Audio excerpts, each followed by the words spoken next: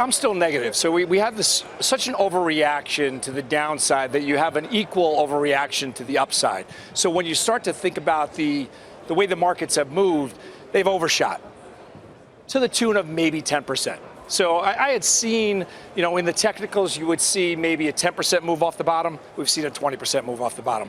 I think it's overdone. I don't think the data supports the bounce that we've seen in the overall markets. The big macro factors, given that I haven't spoken to you for a while, Stephen, I'll ask that question. The big macro factors like the Fed's pivot, like China trade deal progress, is that already all priced in? Or if we get a full deal with China trade, how much more do we go up? So I never think it's all priced in until you actually have the deal. But GDP has been coming in at a precipitous fashion. China deal, what exactly is that going to do for China right now? They're sitting on a ton of debt. Stimulus measures haven't helped. What exactly is a deal going to do other than make it worse for the economy? Nothing.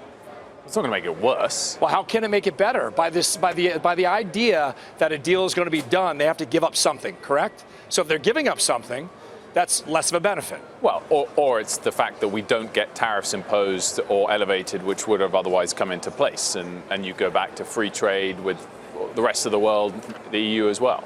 Right. So they're sitting on how many trillions, basically, of debt. How much have they tried to stimulate already? They have a shrinking workforce. So there's none of this is going to be addressed in the overall trade deal. Mm-hmm. So I don't think it's going to be a win for China. It's not going to be a win for global growth. It's not going to be a win for the United States. I do agree there's lots of China problems which might not be addressed. Yeah, and this, I'm sorry, I'll take that back. I think it is a win for the United States. It's not a win for China, and it's not a win for global growth. I think it's a screaming win for the United States, where no other president's been able to do what he's already done. Rick, what say you on this topic, especially given the fact that we did get that stronger than expected GDP number, plus some other data points that were better than expected this week?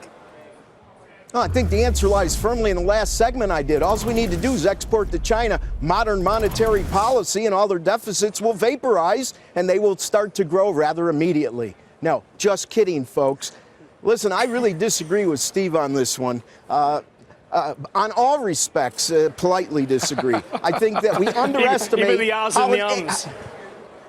I really think you're underestimating how an 8-cylinder engine can run smoothly if you pull half the spark plug wires out, and that's what we did to China. Okay, granted they have trillions in debt, but the difference is they're not the mature economy like the United States or the UK, and I really do think that they can bring more people ultimately into the middle class, and they're allowed to. That's why their GDP is so much higher than ours, but yet they're disappointed about it. With respect to the U.S., there's been many years the stock market has really ramped up or down that was inversely correlated with economic data. But in this instance, I don't think the end of the year was something earth-shattering. I really do think it was more of a rug getting pulled out from the marketplace for a variety of reasons, not the least of which is how much we are underestimating how we are affecting the global economy due to the glitches in global trade going on now. If anything, I am thoroughly impressed that we're where we are given the conditions that currently exist.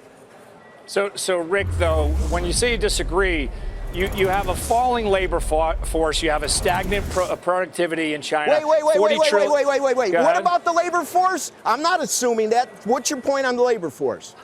So I'm assuming that it's an economy that is not growing. If you look at the growth rate in China, it's been falling for years. No one should be shocked. Right. And I get it. Right. I get where you're coming from, but it's been the growth engine of the world. It's been the growth engine of the world in part because the United States, as the lead dance partner of trade, has been on the dance floor. We have been sitting out some dances. Okay, so the overall economy, you have Germany, you have Europe, you have Japan and Italy either teetering or in recession. You have China growth going no place. You have our GDP falling precipitously. Where is the silver lining that you would disagree with? Why is our GDP falling precipitously? What are you reading in the New York Times? Our growth isn't falling precipitously. If anything, it was a surprise Q2, to the upside. 4.2% Q2, 3.4% Q3, and now where is it?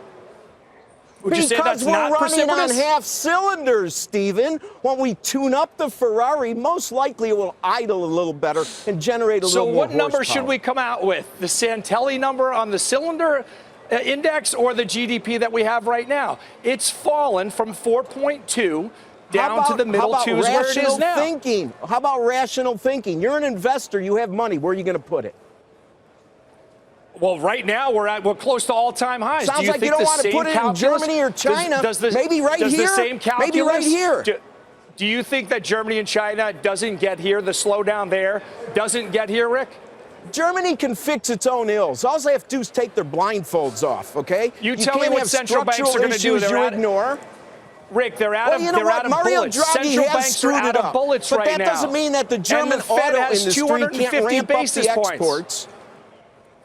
Rick, the Fed has 250 basis points. The banking system has issues. Everyone else is negative, that the Rick. corruption There's no coming more over bullets.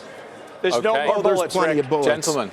Plenty of bullets. Bet you a couple of hamburgers in the next 3 years we click off 30,000, buddy. You ready? Great, I got hamburgers and I got cylinders. Gentlemen.